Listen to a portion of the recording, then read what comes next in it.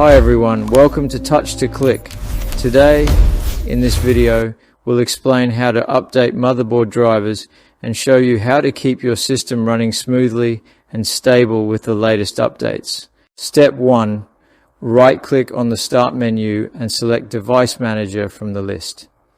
Device Manager is a built-in Windows tool that lets you view and manage all hardware drivers installed on your PC. Step 2. Inside Device Manager, locate and expand categories related to your motherboard, such as system devices, network adapters, chipset, or sound controllers. These sections contain the core drivers that allow your motherboard components to work properly. Step 3. Right-click on the specific device you want to update and select the update driver.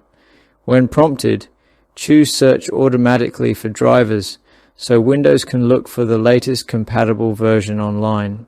Step 4. Wait while Windows searches, downloads, and installs the updated driver. This process may take a few moments and ensures your hardware is using the most recent driver available. Step 5. Once the installation is complete, click the Start menu, select Power, and choose Restart. Restarting your PC applies the changes and helps the updated motherboard drivers work correctly. Thanks for watching, and don't forget to subscribe to Touch to Click for more helpful PC tutorials.